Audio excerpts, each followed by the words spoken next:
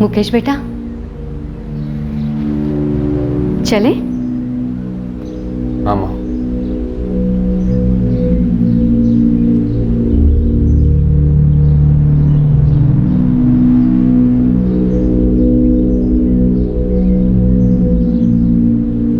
झूठों का कोहरा जितना भी घना हो, सच को लपेटे में नहीं ले सकता।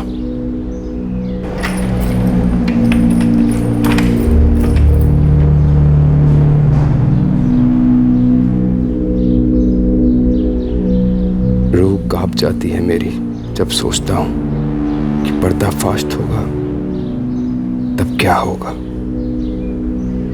हकीकत का सामना कैसे करूंगा।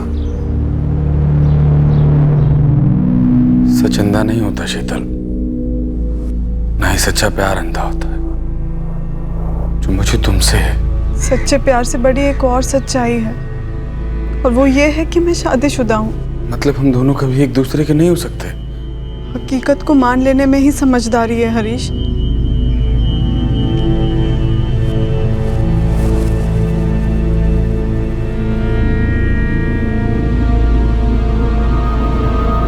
मैं हकीकत को बदलना चाहता हूं, लेकिन मेरे रास्ते में एक कांटा है। वो आदमी।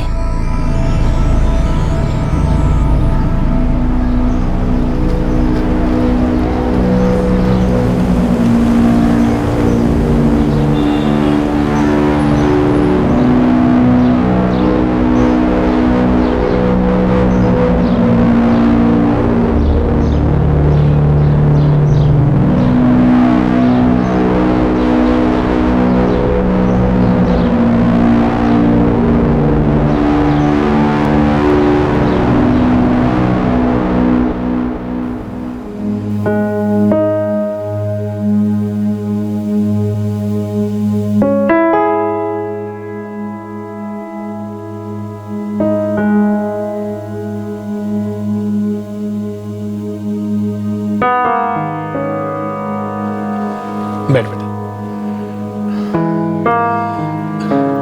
अस्मिता रिसेप्शनिस्ट की जॉब करती है एक बहुत बड़े होटल में। अच्छी खासी सैलरी है इसकी। पूजा और अंजलि मेरी 2 बेटियां। मुकेश ने दोनों की शादी करवाई, उन्हें सेटल किया। 15 साल पहले मुकेश के पापा चल बसे। तब से मुकेश ने ही उनकी इलेक्ट्रिक की दुकान को संभाला और घर को भी। बहुत अच्छे बेटा। अभी भी इलेक्ट्रिक की दुकान ही संभालते हो? जी, मैंने वो दुकान बेच दी। वो इलेक्ट्रिक की दुकान मैं इसलिए चलाता था क्योंकि उस वक्त परिवार को संभालना था और घर भी चलाना था। लेकिन अभी मैंने एक छोटी सी इन्वेस्टमेंट एजेंसी खोल रखी है, काफ़ी अच्छी चलती है और मेरा इंटरेस्ट भी उसी लाइन में है। बेटा, मुझे लगता है कि तुम दोनों को एक दूसरे की लाइन, एक दूसरे की लाइफ और एक दूसरे के बारे में डिटेल में सब कुछ जान लेना चाहिए, साफ साफ सच सच।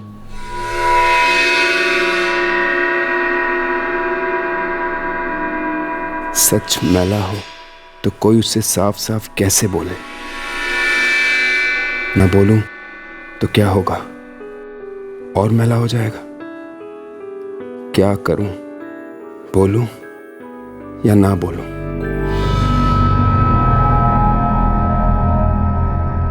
रिश्तों में जब झूठ का कोहरा सच पर पर्दा डालता है, तब खतरे की आंधी उन रिश्तों को निशाना बनाती है। बड़ी बेरहम होती है ये आंधी, जो झूठ के कोहरे को चीरती जरूर है, लेकिन साथ ही साथ मासूम जिंदगियों को भी तबाह करती है। जब आंधी निकल जाती है, कोहरा हट जाता है, तब पुराना सच मायने नहीं रखता। एक नया सच लिखा जाता है, बेगुनाहों के खून से।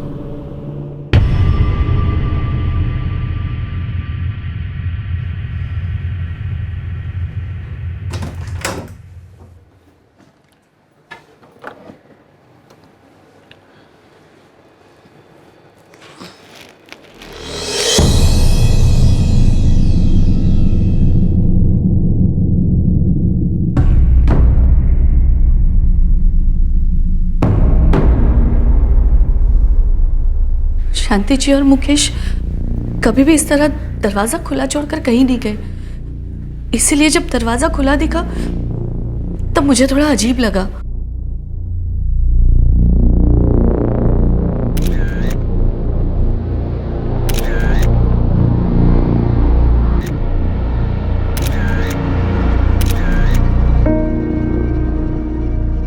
रंगे हाथों पकड़े जाने का डर था हत्यारे को। सर हत्यारे ने हाथों के साथ साथ हथियार भी धोने की कोशिश की है, पर कुछ धब्बे रह गए। टेंशन इतनी बढ़ गई थी सर कि मुझसे रहा नहीं गया। सोचा कि अंदर जाकर खुद ही देख लूं कि माजरा क्या है, दरवाजा खुला क्यों छोड़ा है। शांति जी, शांति जी, शांति जी, मुकेश। और जब अंदर गई तो ये भयंकर नजारा देखा। शांति जी, मुकेश, शांति जी, कहाँ हो आप लोग?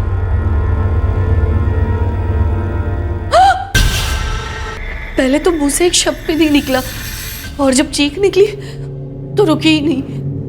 यहाँ सब लोग इकट्ठा हो गए और शायद इनमें से ही किसी ने आप लोगों को फोन किया। भगवान किसी दुश्मन को भी ऐसा नजारा ना दिखाए। शांति जी की 2 बेटियां हैं, पूजा और अंजलि, दोनों को खबर कर दी है। तो यहाँ सिर्फ शांति जी और उनका बेटा मुकेश ही साथ में रहते थे? पिछले 1 साल से दोनों ही रहते थे, लेकिन उसके पहले 2 साल तीनों रहते थे और उससे पहले दोनों अकेले ही रहते थे। मतलब मैं समझा नहीं, आप क्या बोल रही हैं? मतलब 3 साल पहले मुकेश की शादी हुई थी, 2 साल तक उसकी बीवी थी साथ में, फिर पिछले साल उसकी मौत हो गई, मर गई वो।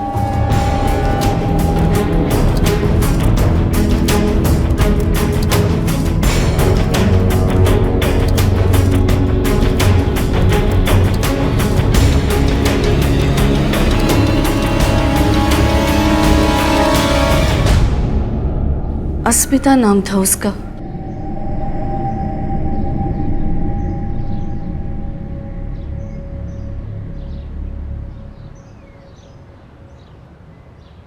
ये लीजिए चाय।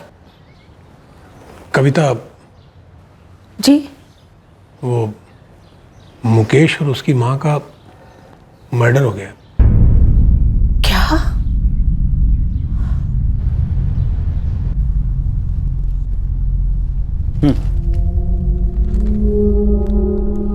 किलर शायद विक्टिम्स का कोई जान पहचान वाला था। हाँ सर, घर में जबरदस्ती घुसने कोई निशान नहीं है।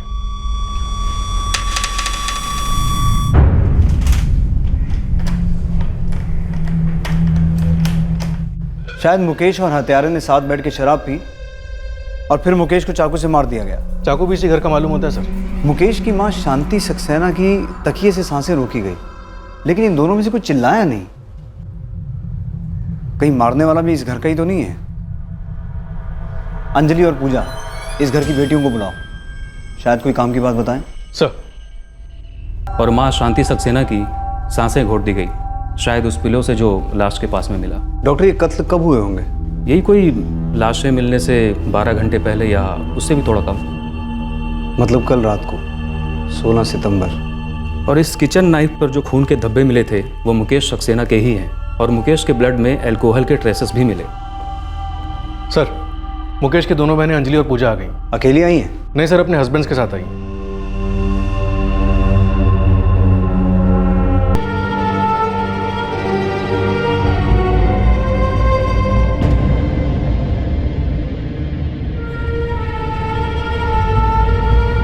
ऐसा लग रहा था कि ये कोई दुश्मनी का केस है जहां ये दोनों मर्डर्स बदला लेने के लिए किए गए थे। लेकिन क्या यही हकीकत थी या ये उस कोहरे की कोई चाल थी जो इस केस की सच्चाई को बड़ी चालाकी से छुपा रहा था?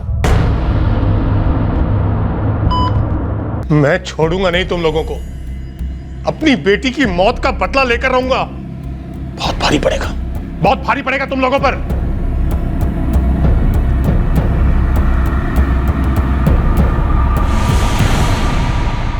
दुश्मनी?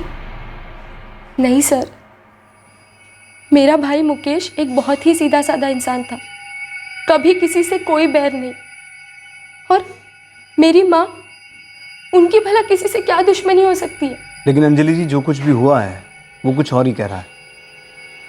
खूनी ने आपके भाई का गला काट दिया, आपकी माँ की सांसें घोट दी, और वो जबरदस्ती घर में नहीं घुसा, कोई जान पहचान वाला था।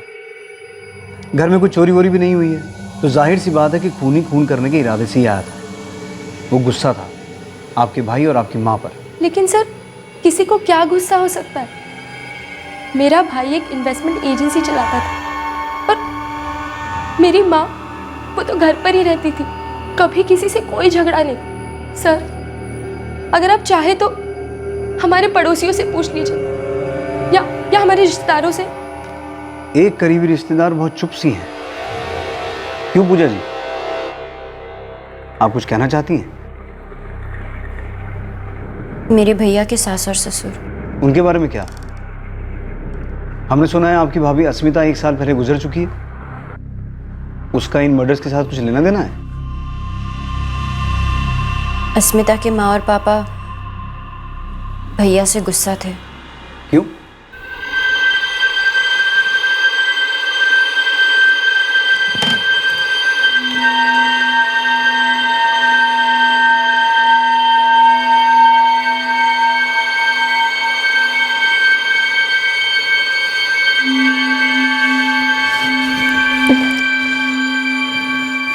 अस्मिता, क्या हुआ? पता नहीं, चक्कर सा आ रहा है।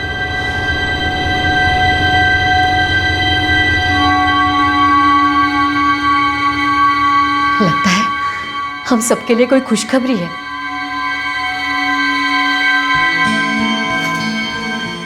क्या हुआ है डॉक्टर? देखिए, अभी कुछ भी क्लियर नहीं बताया जा सकता है। कुछ टेस्ट करवाने होंगे, वो आप तुरंत करवा लीजिए। और अस्मिता बता रही थी कि कुछ अरसे से उसे वीकनेस भी है। हाँ, मुझसे भी कह रही थी। मैं कुछ टेस्ट लिख कर देती हूँ, आप उन्हें तुरंत करवा लीजिए।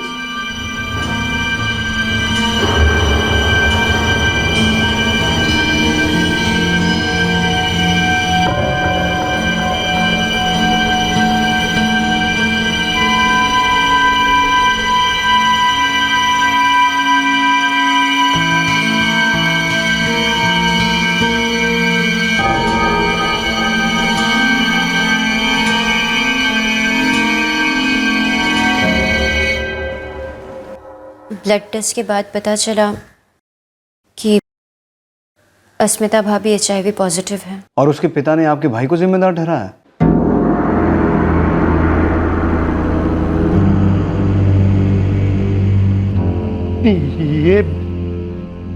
ये कैसे हो सकता है मुकेश?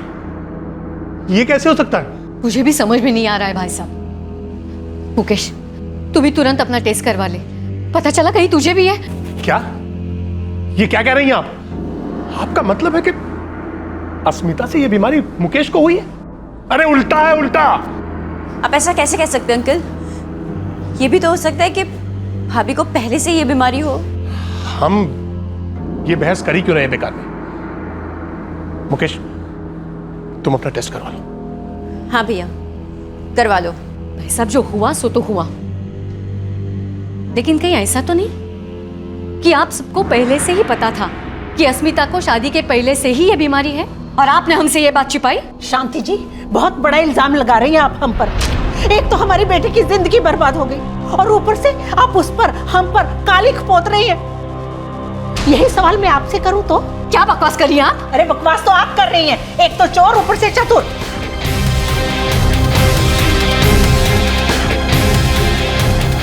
सर, झगड़ा हो रहा था उस वक्त मेरी माँ और अस्मिता भाभी के पेरेंट्स के बीच। चुप रहिए आप सब।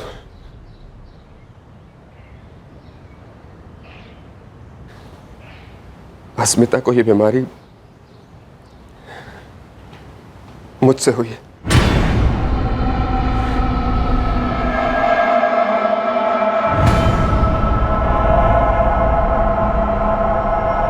पहले ये बीमारी मुझे हुई और फिर मुझसे अस्मिता को।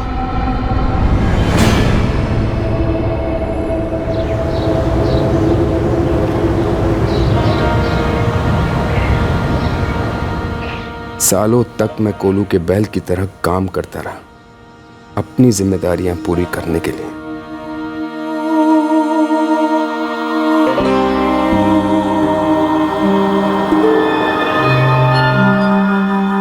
पूजा और अंजलि को पढ़ाना, लिखाना, घर चलाना, उनकी शादी के लिए पैसे जमा करना, इस सब के बीच मेरी अपनी जिंदगी भी थी, मेरी अपनी जरूरतें भी थी।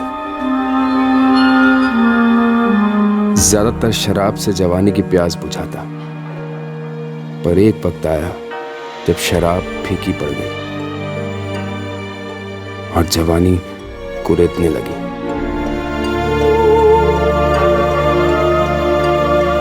खुद जिम्मेदारियों में डूबा, मैं उन औरतों की बाहों में डूबता।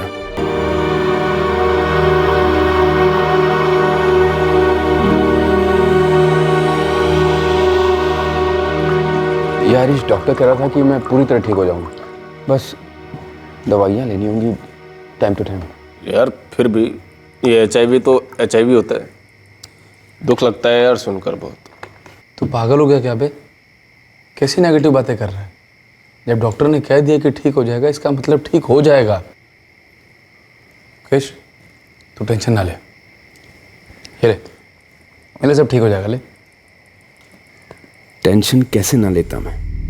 इलाज का खर्च कमर तोड़ने वाला खर्च था, बदनामी और मौत का डर वो अलग।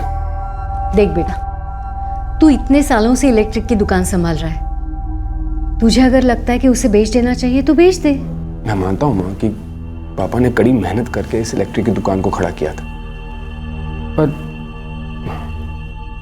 अब समय बदल गया है माँ। मैं इस इलेक्ट्रिक की दुकान को नहीं चलाना चाहता, मैं कुछ और करना चाहता हूँ। हाँ बिल्कुल कर। तेरे पापा ने प्रॉपर्टी में भी कुछ इन्वेस्टमेंट्स किए हैं, वो भी तो सारा तुम्हारा ही है ना।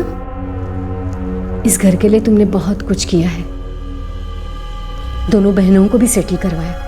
अब तू अपना सोच, सेटल हो जा। किस मुंह से माँ को बताता कि मैं दुकान बिजनेस चेंज करने के लिए नहीं, बल्कि अपने इलाज के लिए बेच रहा हूँ। झूठों का कारवां निकल पड़ा, कोहरा जमने लगा। मुकेश बेटा, चले? हाँ माँ। माँ अब चाहती थी कि मैं शादी कर लूं, लेकिन मुझ में सच बोलने की हिम्मत ही नहीं थी।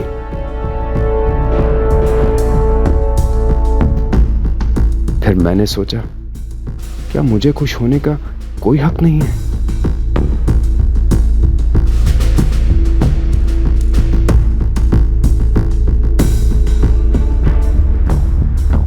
मुझे मालूम था कि ये रिश्ता जुड़ेगा ही नहीं अगर मैं अपनी बीमारी का खुलासा करूं। ऊपर से मैं अपनी माँ और बहनों को शर्मिंदा नहीं करना चाहता था, कितना नाम खराब होता।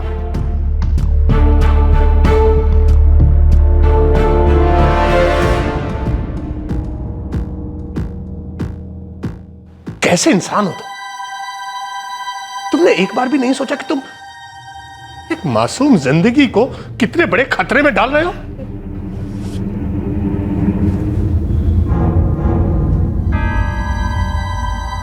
मैं, मेरी बहन अंजलि और हमारी माँ पूरी तरह शॉक में थे। जिस मुकेश भैया को मैं और अंजलि पिता समान मानते थे, जिन्होंने इतना सब किया था हमारे लिए, वो अपनी खुद की पत्नी की जिंदगी इस कदर खतरे में कैसे डाल सकते हैं?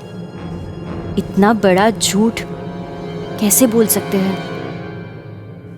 हम भैया को कभी माफ कर ही नहीं पाए। तो सोचिए, अस्मिता और उसके माता पिता उस आदमी को माफ कैसे कर सकते थे? आपको लगता है ये मर्डर्स अस्मिता के माँ बाप ने किए हैं या करवाए हैं? बहुत ज़्यादा गुस्सा थे वो लोग हम सब पर। वो लोग ये बात मानने के लिए तैयार ही नहीं थे कि मुकेश भैया की बीमारी के बारे में हमें मालूम नहीं था। इतना ही नहीं, मुकेश भैया या हमें अस्मिता भाभी के अंतिम दर्शन तक करने नहीं दिए। दाह संस्कार सब खुद ही कर दिए। एक बेटी की जान गई क्योंकि एक दामाद ने सच नहीं बोला। वो HIV पॉजिटिव था, लेकिन फिर भी उसने अपनी पत्नी के साथ संबंध जोड़े, ये जानते हुए भी कि ऐसा करने से उसकी पत्नी को भी ये बीमारी लग सकती है। मुकेश इस उम्मीद में इस झूठ को जी रहा था कि काश उसकी पत्नी को उसकी ये बीमारी ना लगे, लेकिन ये उम्मीद अनसाइंटिफिक थी। अस्मिता को ये बीमारी हुई और वो शादी के 2 साल में ही चल बसी। लेकिन क्या मुकेश और उसकी मां का कत्ल अस्मिता की बेवक्त और दुखद मौत की वजह से हुआ था?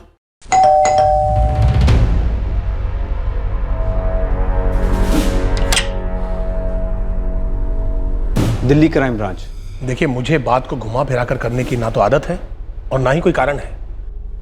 मुझे रत्ती भर भी दुख नहीं हुआ उन दोनों के मरने का।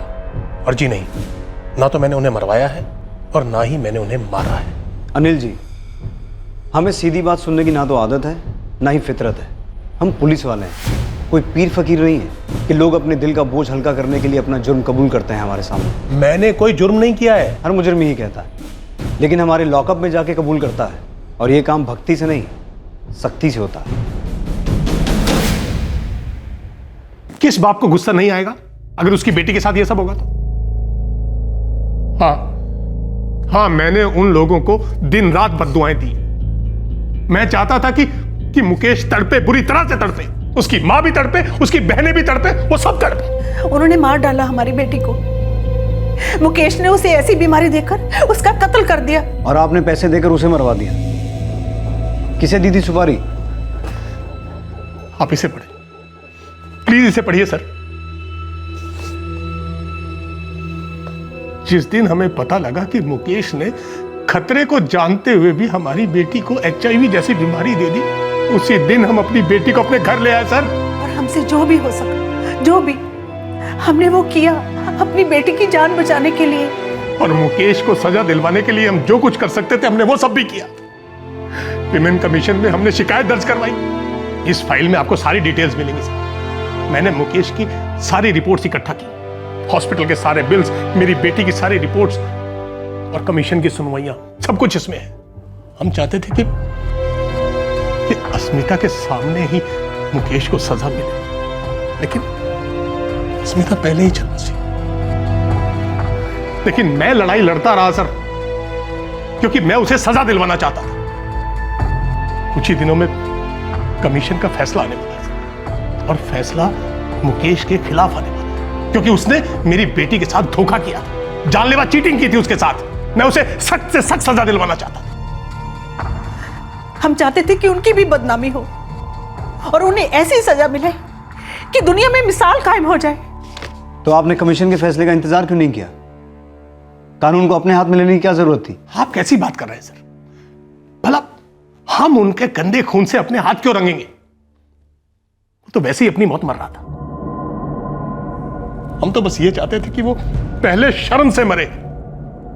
देखिए सर, हमें गुनहगार साबित करना आपकी कोई मजबूरी हो सकती है, लेकिन हम आपके गुनहगार नहीं हैं।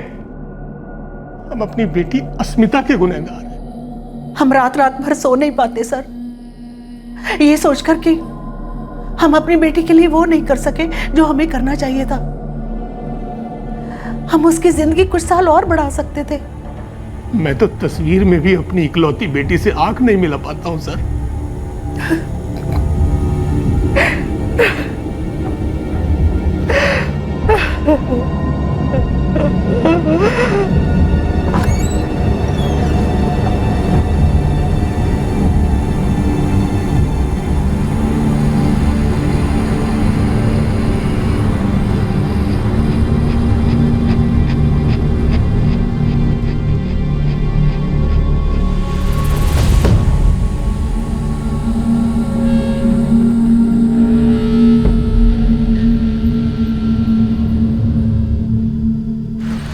नहीं साहब, अस्मिता की फैमिली तो वॉशिंग पाउडर के एक इश्तिहार की तरह है।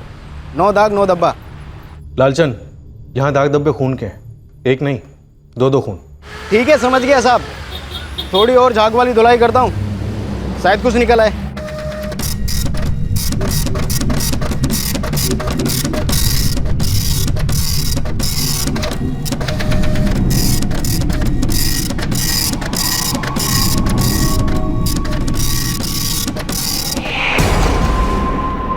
सर, अस्मिता के पेरेंट्स अनिल और कविता के खिलाफ अभी तक कुछ नहीं मिला, ना ही फोन रिकॉर्ड से और ना ही खबरियों से। बंसल नॉर्मल से मिडिल क्लास लोग हैं जिन पर एक कहर टूट पड़ा।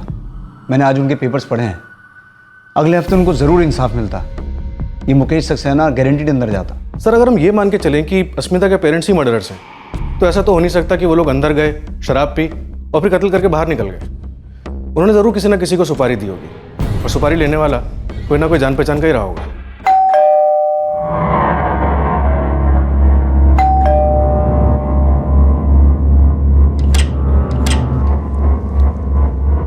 अरे आओ अंदर आओ।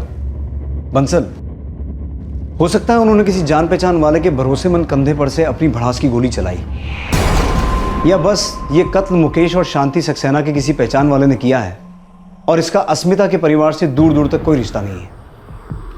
मतलब हो सकता है कि किसी को मुकेश और उसकी माँ पर उतना ही गुस्सा था जितना अस्मिता के पेरेंट्स को था। मुकेश पर हो सकता है, शांति जी तो शायद कोलैटरल डैमेज थी, वो क्राइम सीन पर थी इसलिए मारी गई। सर, मैंने मुकेश के कॉल रिकॉर्ड स्कैन किए, ये जानने के लिए कि कोई ऐसा रेगुलर नंबर है जिसने शाम उसको फ़ोन किया था। मतलब कोई दोस्त जिसके साथ मुकेश शराब पीता था और फिर उसी दोस्त ने मार दिया? हाँ सर, कोई रेगुलर कॉन्टैक्ट मिला कोई? एक हरीश जायसवाल है, उसकी बात हुई थी मुकेश से। कौन है ये हरीश जायसवाल? सर, फिलहाल हरीश का फ़ोन स्विच ऑफ जा रहा है। कोई एड्रेस? सेक्टर 6 जूना नगर। लगता है इस केस का कोहरा थोड़ा हट रहा है।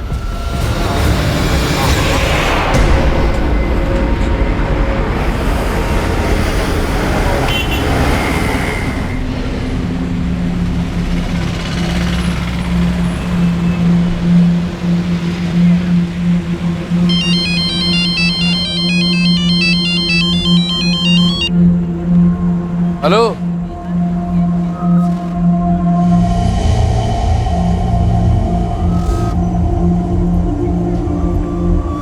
क्या भाई हरीश, कहाँ है गाड़ी? यार 1-1.5 घंटा तो कम से कम पहुंचते पहुंचते लग ही जाएगा। वो घर से निकले ही लेट हैं। यार 8:30 तो बजे गए। एक काम करते हैं, किसी ढाबे वाबे पे रुकते हैं, रोटी वोटी तोड़ते हैं, और क्या। यार पेट में चूहे तो मेरे भी कूद रहे हैं। चल ढाबे पर ही चलते हैं, चल चल चल।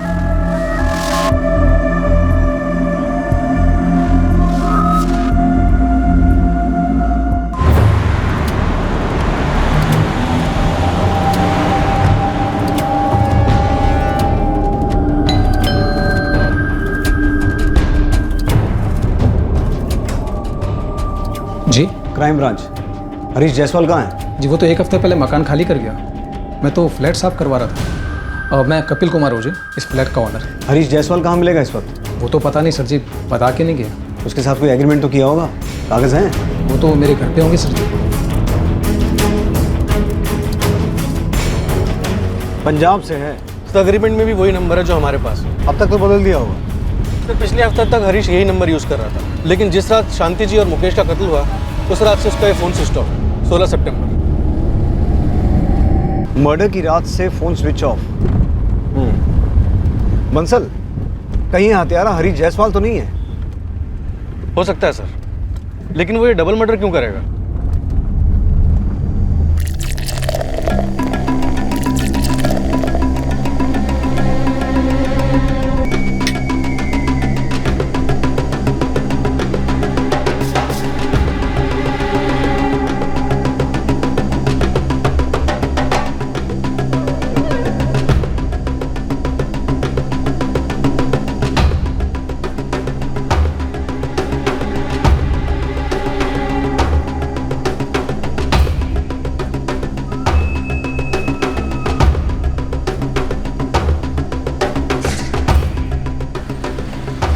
सर जी, मुकेश जिस इन्वेस्टमेंट एजेंसी की बात कर रहा था, दरअसल वो तो उसकी है ही नहीं, उसके दोस्त हरीश की है। और ये मुकेश कुछ काम नहीं करता था हरीश की एजेंसी में, सिर्फ वहाँ बैठा रहता था। इस हरीश पे कोई टिप? ये हरीश जायसवाल रिकवरी एजेंट है सर जी, प्राइवेट साहूकारों का काम करता है। और चीटर है सर जी, अपने दिल्ली के कई पुलिस स्टेशनों में केस दर्ज है इस बंदे के खिलाफ। और साहब जी, इसकी पत्नी ने भी केस ठोका था इस पर। कैसा केस? सर जी, कुछ 6 महीने पहले की बात है। रुयनगर थाने में पहुंच गई मैडम और घरेलू हिंसा का केस ठोक दिया। सोनल जायसवाल नाम है औरत का। सर, हरीश जायसवाल और मुकेश सक्सेना के बीच अनबन के कोई क्लूज नहीं मिले। इनफैक्ट दोस्ती थी।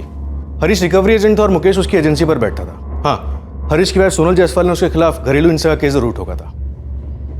ऐसा भी हो सकता है कि हरीश ही मुकेश के घर गया हो, दोनों दोस्तों ने बैठ के शराब पी और फिर उसने मुकेश और उसकी माँ को मार दिया। लेकिन सर, उसने ये डबल मर्डर्स क्यों किए होंगे?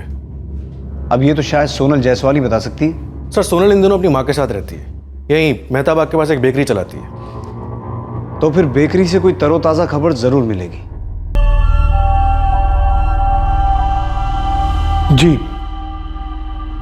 जी।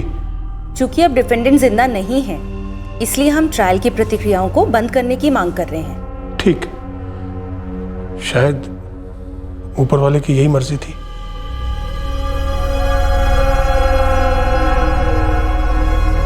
कविता, मैं उसे सजा दिलवाना चाहता था। छोड़िए ना, मिल गई उसे सजा, जाने दीजिए।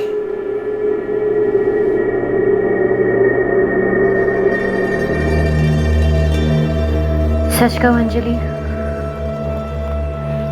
मैं कभी मुकेश भैया को माफी नहीं कर पाई। अब जो होना था वो तो हो गया पूजा। मुकेश भैया तो अब नहीं रहे। दुख तो सिर्फ इस बात का है कि ये सब में माँ का क्या दोष था, उन्हें क्यों मार डाला। सर, मैंने मुकेश की दोनों बहनें अंजलि और पूजा के फोन रिकॉर्ड चेक किए, पर हरीश जायसवाल से जुड़ने वाली कोई बात नहीं दिखाई दी। मुझे लगता है ये खेल बड़ी चालाकी से खेला गया है। या हो सकता है ये अस्मिता वाला एंगल हमें कंफ्यूज करने के लिए खड़ा किया गया है और कत्ल के पीछे वजह कोई और ही है। सर, मुकेश वैसे भी अपने दिन गिन रहा था। हाँ, और कोई ऐसे आदमी को और उसकी माँ को क्यों मारेगा? Please try again later.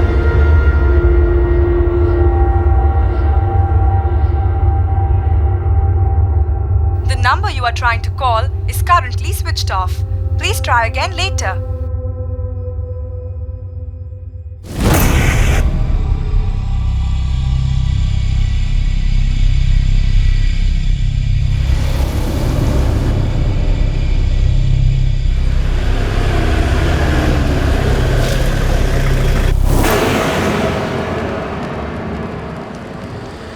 Sonal Jaiswal. मेरा नाम सोनल जायसवाल था, अब मैं सोनल मिस्त्री हूँ। सोनल मिस्त्री हम क्राइम ब्रांच से हैं और ये जानना चाहते हैं कि तुम सोनल जायसवाल से सोनल मिस्त्री क्यों बन गई? जी, ये मेरा निजी मामला है। सोनल, तुमसे जो पूछा जा रहा है उसका जवाब दो। तुम्हारी जिंदगी से जुड़ा जायसवाल इस वक्त कहाँ है? हरीश जायसवाल को ढूंढ रहे हैं हम।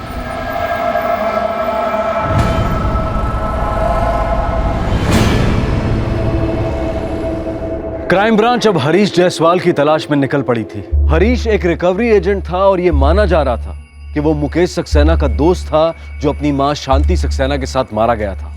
पहले ऐसा लग रहा था कि ये डबल मर्डर्स अस्मिता के माता पिता ने करवाए हैं मुकेश और उसकी मां से बदला लेने के लिए, लेकिन क्राइम ब्रांच को इस एंगल में कोई भी सुराग नहीं मिला था और ना ही क्राइम ब्रांच टीम को हरीश जायसवाल का ऐसा कोई मकसद नजर आया था जिसकी वजह से वो अपने बीमार दोस्त मुकेश और उसकी मां का कत्ल कर देता। ये डबल मर्डर केस अब रहस्य के कोहरे में धंसता जा रहा था और इसी कोहरे में एक अवैध रिश्ता धुंधला सा नजर आ रहा था। शीतल दुबे नामक शादीशुदा औरत का हरीश जायसवाल के साथ क्या रिश्ता था? दूसरी तरफ शीतल दुबे परेशान हो रही थी कि उसके पति अजय दुबे का फोन बंद क्यों आ रहा था। ये माजरा क्या था? इसी कोहरे में क्राइम ब्रांच हरीश की पत्नी सोनल जायसवाल तक पहुंची, जो ये कह रही थी कि वो अब सोनल जायसवाल नहीं, सोनल मिस्त्री है। इन अलग अलग रिश्तों का राज झूठ और जुर्म के कोहरे में न सिर्फ छुपा हुआ था बल्कि आपस में जुड़ा हुआ था। कल रात 11 बजे इस केस के दूसरे और आखिरी भाग में ये कोहरा हटेगा और इस केस के भयानक क्रिमिनल कनेक्शंस